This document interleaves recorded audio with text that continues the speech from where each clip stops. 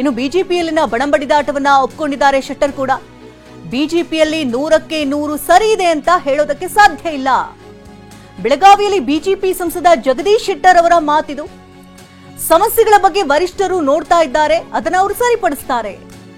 ಹಿರಿಯ ನಾಯಕರು ಹೈಕಮಾಂಡ್ ಗಮನಕ್ಕೆ ತರ್ತೇವೆ, ನಾವೆಲ್ಲ ಹಿರಿಯ ನಾಯಕರಿದ್ದೇವೆ, ಏನೆಲ್ಲ ಬಣಬಡಿದಾಟಗಳಾಗ್ತಾ ಇದೆ ಇದೆಲ್ಲದರ ಬಗ್ಗೆ ಹೈಕಮಾಂಡ್ ಗಮನಕ್ಕೆ ತರ್ತೀವಿ. ವೈಯಕ್ತಿಕ ಹೇಳಿಕೆ ವಿಚಾರದ ಬಗ್ಗೆ ನಾನು ಏನು ಹೇಳೋದಕ್ಕೆ ಹೋಗಲ್ಲ, ಅದು ಅವರವರ ವೈಯಕ್ತಿಕ ಹೇಳಿಕೆಗಳು. ಹಲವು ಬಾರಿ ಎಲ್ಲರ ಜೊತೆಗೆ ಹೈಕಮಾಂಡ್ ಮಾತನಾಡ್ತಿದ್ದಾರೆ. ಪಕ್ಷದ ವಿದ್ಯಮಾನ ವರಿಷ್ಠರ ಗಮನಿಸ್ತಾ ಇದ್ದಾರೆ, ಅದನ್ನೆಲ್ಲವನ್ನ ಕೂಡ ಅವರು ಸರಿ ಮಾಡ್ತಾರೆ ಅಂತ ಬೆಳಗಾವಿಯಲ್ಲಿ ಬಿಜೆಪಿ ಸಂಸದ ಜಗದೀಶ್ ಶೆಟ್ಟರ್ ಹೇಳಿಕೆಯನ್ನ ಕೊಟ್ಟಿದ್ದಾರೆ. ಬಿಜೆಪಿ ಒಳಬೇಗುದಿ ಹೆಚ್ಚಾಗ್ತಾ ಇರುವಂತಹ ಬೆನ್ನಲ್ಲೇ ಬಣಬಡಿದಾಟ ಕೂಡ ಜಾಸ್ತಿ ಆಗ್ತಾ ಇರುವಂತಹ ಬೆನ್ನಲ್ಲೇ ಹಿರಿಯ ನಾಯಕರು ಕೂಡ ಇದನ್ನು ಒಪ್ಪಿಕೊಂಡಿದ್ದಾರೆ. ಜಗದೀಶ್ ಶೆಟ್ಟರ್ ಕೂಡ ಈ ಬಗ್ಗೆ ಮಾತನಾಡಿದ್ದಾರೆ. ಬಿಜೆಪಿಯಲ್ಲಿ 100ಕ್ಕೆ 100ರಷ್ಟು ಸರಿ ಇದೆ, ಎಲ್ಲವೂ ಸರಿ ಇದೆ ಅಂತ ಹೇಳ್ತಾ ಇಲ್ಲ ಅಂತ ಬೆಳಗಾವಿಯಲ್ಲಿ ಬಿಜೆಪಿ ಸಂಸದ ಜಗದೀಶ್ ಶೆಟ್ಟರ್ ಹೇಳಿದ್ದಾರೆ.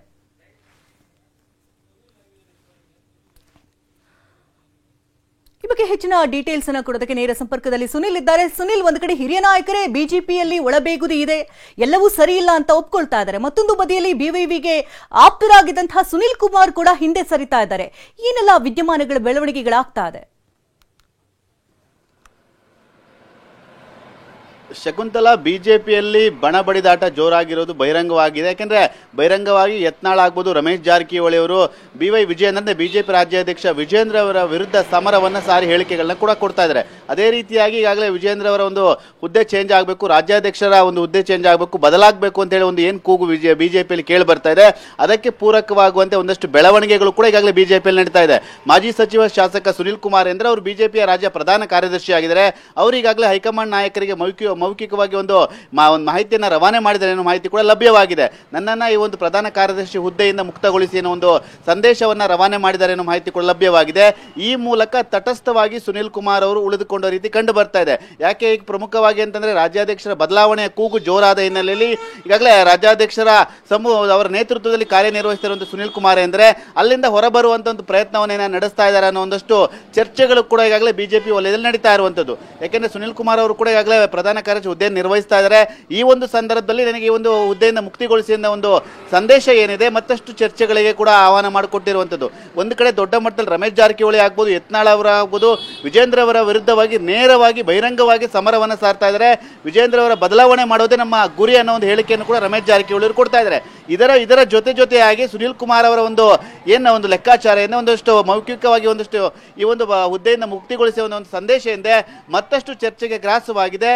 ಆ ಒಂದು ಹಿನ್ನೆಲೆಯಲ್ಲಿ ಇದನ್ನು ಯಾವ ರೀತಿಯಾಗಿ ಬಿಜೆಪಿ ಹೈಕಮಾಂಡ್ ಡ್ಯಾಮೇಜ್ ಕಂಟ್ರೋಲ್ ಮಾಡುತ್ತೆ ಮತ್ತೆ ಯಾವ ರೀತಿಯಾಗಿ ಒಂದು ಗೊಂದಲವನ್ನ ಸರಿಪಡಿಸುತ್ತೆ ಅಂತ ಹೇಳಿ ಕಾದು ನೋಡಬೇಕಾಗಿರುವಂತದ್ದು. ಶಕುಂತಲಾ, ಧನ್ಯವಾದ ಸುನಿಲ್. ಇನ್ನು ಬಣಬಡಿದಾಟದ ಬೆನ್ನಲ್ಲೇ ಶೆಟ್ಟರ್ ಕೂಡ ಮಾತನಾಡಿದ್ದಾರೆ. ಸಂಸದರು ಏನು ಹೇಳಿದ್ದಾರೆ ಕೇಳಿ.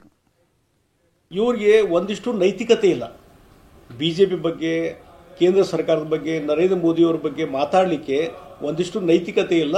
ಮತ್ತು ಅವರು ಇಲ್ಲಿ ಸಮಾವೇಶ ಮಾಡೋದಕ್ಕೂ ಈ ಮೂಡಾದ ಈ ಒಂದು ಸೈಟ್ಗಳನ್ನು ಮುಟ್ಟುಗೋಲು ಹಾಕೋದಕ್ಕೆ ಏನು ಸಂಬಂಧನೇ ಇಲ್ಲ. ಒಂದಕ್ಕೊಂದು ಅದು ಕಂಪ್ಯಾರಿಸನ್ ಮಾಡುವಂಥ ಪ್ರಶ್ನೆನೇ ಇಲ್ಲ.